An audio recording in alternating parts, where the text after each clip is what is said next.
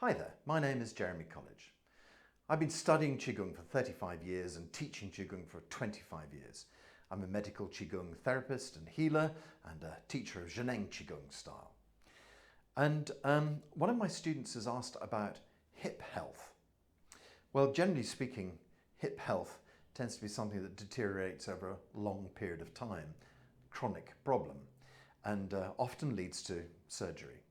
And sometimes, the hip has just gone so far that surgery is a better option and that Qigong is incredibly good for healing after surgery.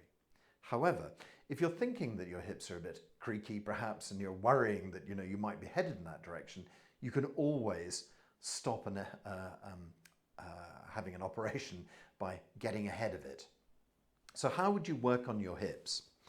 So one of the reasons that hips tend to be a problem for people is often lower back and often flow of energy moving through the hips. And so these exercises I'm going to show you will help on all of those fronts. The first thing I'd recommend is you go onto my YouTube, which is if you search at Jeremy Colledge on YouTube, C-O-L-L-E-D-G-E. If you search for at Jeremy Colledge on YouTube, you'll find my YouTube page, and on there you'll find my warm-up set. The warm-up set has got some very important exercises, particularly for hips, I feel. And so you'll see the first of the warm-up exercises is a gentle turning of the waist like this. But as you can see, my waist is turning, but also my hips are moving as well in this exercise. So this is a good exercise for bringing general motion back into the hips, back into the knees, back into the lower back, and getting the whole body to move. Also included in that warm-up set, you'll see a simple set of forward and back bends as well, where we bend over, stretch down, and that of course opens up the lower back and the hips as well. And when we come back up, we stretch back, also pushing forward into the hip. That works well for the hips. And then there's also some side bends, which of course squeezing down into one hip, squeezing down into the other. So I recommend that you start this exercise set off by learning my warm-up set from my YouTube. So now that we've warmed ourselves up using the warm-up set, what is the exact prescription for working on the hips?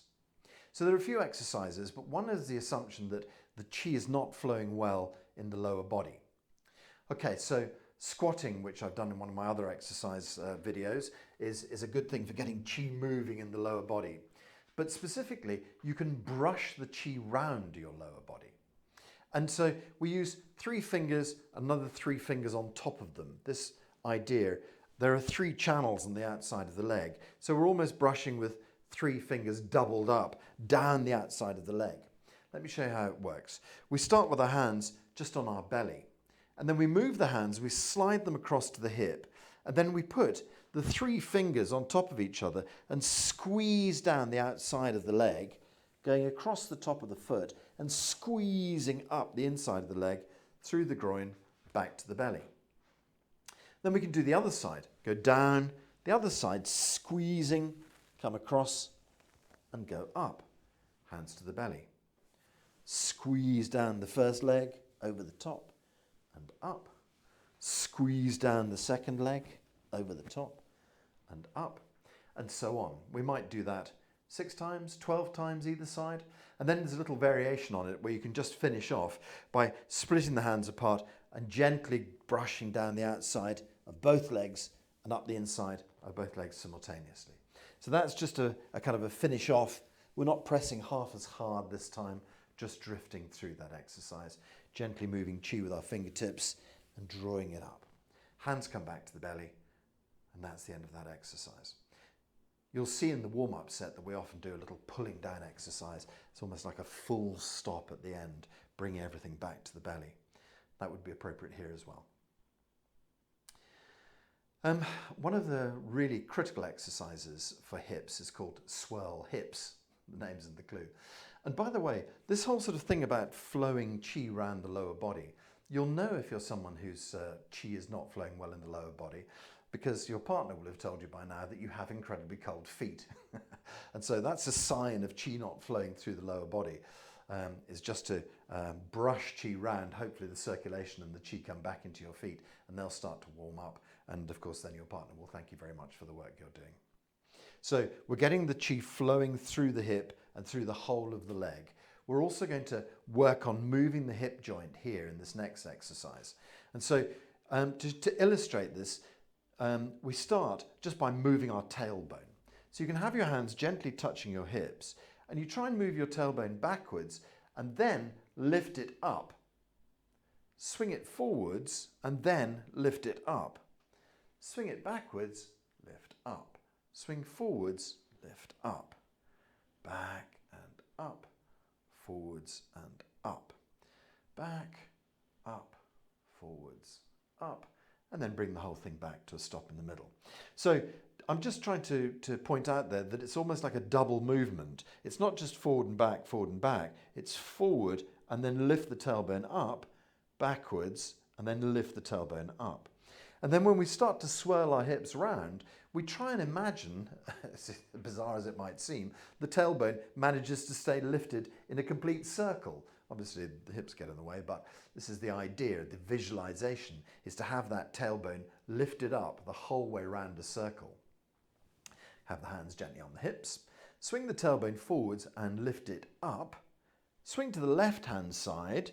Lift the tailbone up at the back. Go to the right-hand side. Lift the tailbone up at the front. Go left. Up at the back. Go right. So you can see I'm in kind of a wide shoulder stance. But you could actually even go a bit wider than that because we're really trying to sink into the knees and just move tailbone and nothing else but tailbone. So I'm sure you've seen sport exercises where the whole upper body moves, but as you can see with this one, my head stays completely in the same place because I'm just moving the middle third of my body and nothing else at all. When you push out to the side, you're pushing your hip out. When you lift up at the front, you're moving the pelvis. When you push out at the other side, you're working the hip joint. So keep going in this really deep fashion, really lifting at the front, lifting at the back. This is almost a horse stance that I'm using now, horse riding stance, as you can imagine. You know, the name is explanatory. And going really, really deep, lifting up at the front, lifting up at the back, and then bring that into the center. Let's go the other way. Lift right up at the front, rotate to the right, lift up at the back and go left, lift front, right, lift back, go left, front, right, back, left. So how long might we do swirl hips for? Well, if you're trying to work on a chronic illness like hip problems, you're going to have to do the exercise 2 times a day, 3 times a day, and you might want to do it start off with 5 minutes in one direction, 5 minutes in the other direction. You can work up to 10 minutes each way. We're really talking about concentrating on the hips in a very deep way.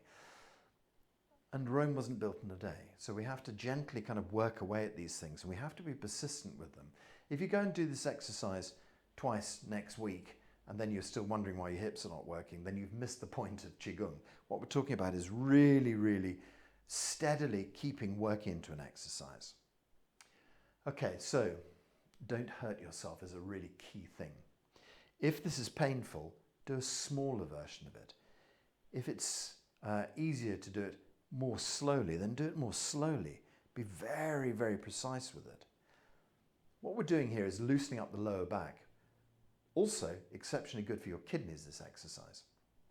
But we'll loosen the lower back and of course all the sort of the connections that run through the back and the hips. And then let's just finish this off. Swing tailbone forwards again. So you can bookend the exercise by doing the forward tailbone lift, backward tailbone lift, forward and lift. I normally do this about, 8, 10 times to finish off with. And then bring everything to a gentle stop. So we're in this quite wide stance here, and we can do one last exercise for our hips. Standing with the feet in this shoulder width or maybe slightly wider than shoulder width posture, you step on your left heel and you open your left toe out towards a straight line. Step on your right heel, open your right toe out towards a straight line. So now we're in this kind of odd ballet dancer stance. You're going to wonder what's happening next. You might immediately think to yourself, okay, I'm about to fall over forwards, or oh, I'm about to fall over backwards. That is not useful. Don't do that. Only open your feet as wide as feels stable, comfortable and sustainable for you. Another clue as well is that when you move from side to side, hopefully your knee is more or less moving in the same direction that your foot is pointing. So if your foot is pointing that way and your knee is moving that way, you're going to break things. So please don't do that. So try and get the knee and the foot more or less in alignment. Obviously, there's a bit of tolerance there. What we can do is move gently from side to side, just to loosen our hips off. There's an exercise we do, which is quite nice, where we stretch our arms out, pull one shoulder in, stretch the other out, pull the shoulder in. This is quite a nice exercise. But what we're really doing here is working on our hips from side to side, just to get them moving. So you can move and let the legs stretch, move, let the legs stretch. Do that from side to side. If you're interested in the detail of this, we're kind of pulling the shoulder in, dropping the shoulder down, pushing the wrist out, and then doing the alternate thing on the other side. So one side pulls in, the other one pushes out. So we can gently roll from side to side. Good for your shoulders, but very good for your hips. Keep low, keep moving. And then when we've done maybe about half a dozen to get the knees and hips working, we're going to do a squat. Okay, so squatting, fearful for a lot of people. They worry about their back, they worry about their knees, and of course they worry about their hips. So what we're going to do in this squatting posture is just go down very, very gently and keep the body completely straight. So what do I mean by that? I often see students attempt to go low in the squat by going down a bit and the body stays straight, down a bit more, and then they think, I can't get my knees or my tailbone to go any further.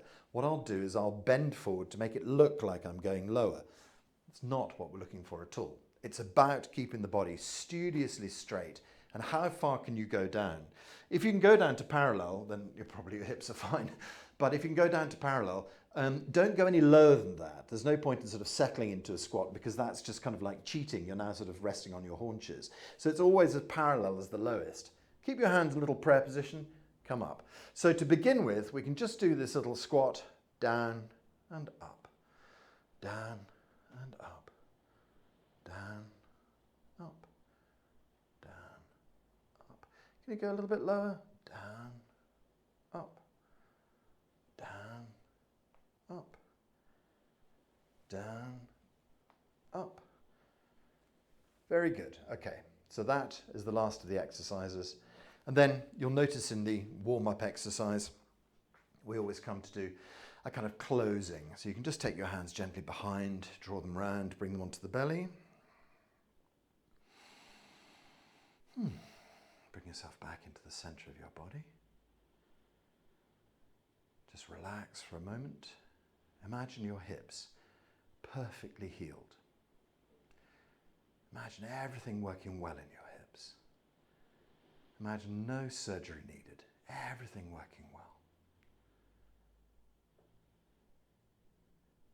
And then you can draw 3 circles around the tummy. 1, 2, 3, and then we go 3 circles in the opposite direction. And that's it, we're finished. In Qigong, we put our feet together, we put our hands in the air and we say, Hao La. Hao La means good already. Everything is already fixed. Hao La. Hao La. So, think about your hips in a positive way. You can always just tap your hips. You can gently rub your hips just to keep the chi flowing. And imagine that as you do these exercises, the hip joint becomes absolutely perfect once more. So very often with kind of arthritis, the hip joint becomes a bit swollen. Just imagine all that swelling going back, a perfect smooth joint, everything working well. The synovial fluid around it, everything working well, all the cartilage working well. And basically what doctors often say to you is, well, that cartilage gone, it'll never come back. But everything is made of chi. Everything is energy. So just imagine a new one growing in there, just a beautiful new perfect cartilage. It got there somehow in the first place. Let's put it back there again using our minds. So just think perfect joint, perfect cartilage, everything working well. While you do these exercises, just think hips, perfect condition. Okay, so I do one-to-one classes on Zoom or here in Bath, where you can come and talk about your health. I work with all sorts of chronic health conditions. I have online classes, Tuesdays, Wednesdays, Thursdays, Tuesday nights, all on Zoom and in Bath again, if you're coming, some of them are in live as it were. So if you'd like to work with me on a one-to-one basis, if you'd like to come join my class, I also have several Qigong sets online that you can do a kind of self-study, so you can kind of boost yourself up before you begin class and you already know all the exercises before you have to turn up at class, as it were. So my website, quantumqigong.co.uk, have a look on there on the first page. There are lots of resources there, and you can email me questions if you'd like as well. So thank you very much for being here. Hopefully these exercises really help you.